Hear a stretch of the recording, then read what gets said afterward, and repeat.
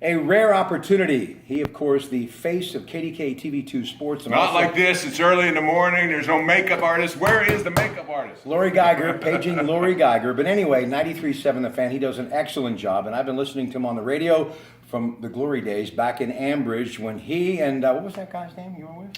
Randy Cosgrove. Absolutely. Yeah, I just did wanted a radio show way back when. Want to make sure you remember. Great guy, Randy Cosgrove. But today, everybody's talking about the Steelers. Let me just kind of set the stage. Tomorrow at 3:05, Westwood One Radio, News Radio 1020, KDKA. It's Green Bay at Atlanta. Of course, the Falcons, the favorite in that one.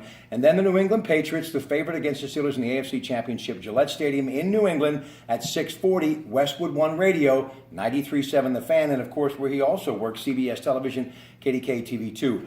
First, let's take a look at this Ryan versus Rodgers matchup. What do you think?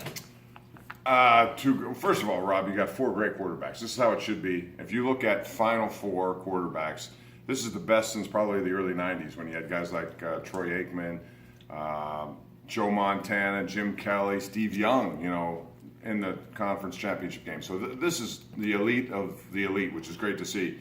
I like Matt Ryan. I have all year. I thought they brought in a great center in Alex Mack in free agency. And last year, Matt Ryan was on his horse a lot trying to escape pressure.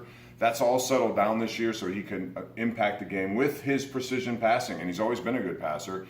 Julio Jones is arguably the best in the game. Gabriel complements him. They have Mohamed Sanu. You remember him from the Cincinnati days. And then two really good running backs where combined they put up numbers that are similar to Le'Veon Bell. So they score a lot of points at home. I just think Green Bay's beat up, a lot of injuries. Jordy Nelson won't play. I really like Matt Ryan. But I liked him from the beginning of the season. Devontae Freeman, of course, running the football for the Falcons. And Ty Montgomery. Who? Ty Montgomery for Green Bay. What can you tell me about this guy? He's not as good as what they got in Atlanta, although he's done pretty well there. And, he's a K who's, I think he led the NFL this year in yards after catch. Mm-hmm. That is yak. Yards after run, YAR, whatever you want to call it. There's so many semantics. He does something with a football after he catches when it. he touches the football, after he's hit for the first time, he led the NFL in yards. Now, not as big of a sample size, but he's a pretty good running back. But he's not. To me, they don't have many options in their game, aside from Aaron Rodgers making plays down the field. And while they do have guys like Adams who can complement, Jordy Nelson's a big loss. He led all NFL receivers with 14 touchdowns. So I like Matt Ryan. All right, now and listen, Atlanta. Here's the thing. Mike McCarthy, Western Pennsylvania native. This is what blows my mind. Here's a statistic for you. I had to do a little homework because the big guy showed up. Vince Lombardi, no more. Mike McCarthy actually has more postseason wins than Vince Lombardi. That's a pretty amazing statistic. And people wanted him fired in Green Bay midseason when they were 4-6. Not unlike what you hear here. You cheesehead, you. People just get so impatient. I often wonder, and I told John Bridge, who's shooting this video, great guy, the producer, of my program here, I said, what would have happened back when, Bill Cowher went through 3 straight years of non-playoff years, sub-500s. Fast forward, what would have happened under Mike Tomlin? 3 years in a row? They weren't happy with him this year. It's a what have you done for me lately business. People are not tolerant of losing around here, which, you get spoiled as a fan, I get that. But I think they've done a pretty good job, and they've used a lot of young players to help them turn this thing around from 4-5 to winners of 9 in a row. All right, let's move forward now to the game, and of course it will be on KDK TV2 from Gillette Stadium, 6:40 Sunday, and Westwood One Radio, 93.7 The Fan. They do a great job. You think of Julian Edelman. Obviously, I think he's going to be the key as far as Brady being able to move the football. Forget Dion Lewis. Forget everything else. Forget Danny Amendola. I think it's Julian Edelman. That's my opinion. I think Sean Davis and Artie Burns are really going to be tested. Ryan Shazier is going to have to drop back and do a little double duty. Also, hopefully, blitzing at times with James Harrison and getting to Tom Brady. But what I love the most about this Steelers football team is the two guys that I just mentioned. Don't get me wrong as far as the offense and Bell and Brown and Ben. I think Artie Burns and Sean Davis have done an incredible job this year. And they will be targeted by a veteran quarterback named Tom Brady because they're still rookies. And even though they have gotten better, and even though Artie Burns says bring it on, I say be careful what you wish for. I mean, Brady is going to look to those guys and try to take advantage of the fact that they're first-year players. And we'll see how they respond. So far, they've done a really good job. I mean, you look at the job that Artie Burns specifically has done over the last couple of games. He's taken some of their big play guys out of there. Will Gay has, moved to his role, which he's comfortable with now, being an elder statesman back there.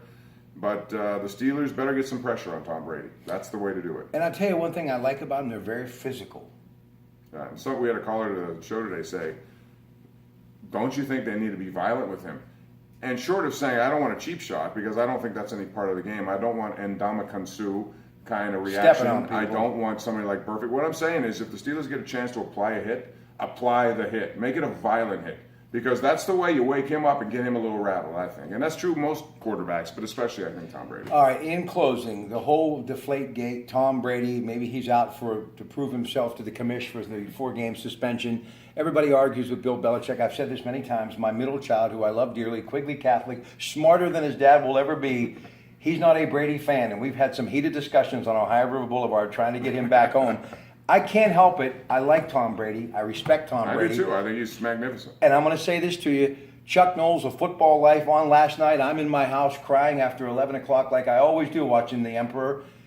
But I still think Bill Belichick's the greatest coach in the history of the National Football League. It's hard not to think that way. And if they should win this game and go on and win a Super Bowl, all of a sudden that's 5 Super Bowl championships between coach and quarterback. No other combination has had that, and he will overtake Chuck Knoll in that department as well with 5 Lombardis. So regardless of all the other stuff that's gone on, and it's gone on, and it should be part of the conversation, he still manages to win. All right, let me just ask you, how do you think these games will unfold? And then what are you guys doing on CBS, of course, the CW and KDK TV2 tomorrow? Everything. We're just... It's going to be great. It's going to be a lot of fun, a lot of work. But I think Steelers 34-27. I think Atlanta wins 38-35 in a barn burner shootout, not unlike what you saw last week in Dallas. I think Pittsburgh, Atlanta, my preseason pick was Atlanta to win the Super Bowl. So I guess I got to be stuck to that. But I just thought the Steelers were good enough to get there. I've been bullish on Atlanta, Rob. I just have. I don't know why, other than I like Alex Mack a lot. So we'll see how it goes. But I think you're going to see 2 great games. We have a show coming on tonight, 9:30 CW. We have 7:30 a live showdown tonight on KDK. We have 11:35 with Cam Hayward and Fitzgerald Toussaint, a show that we do. Tomorrow, 5 to 6 live, after the game live on CW.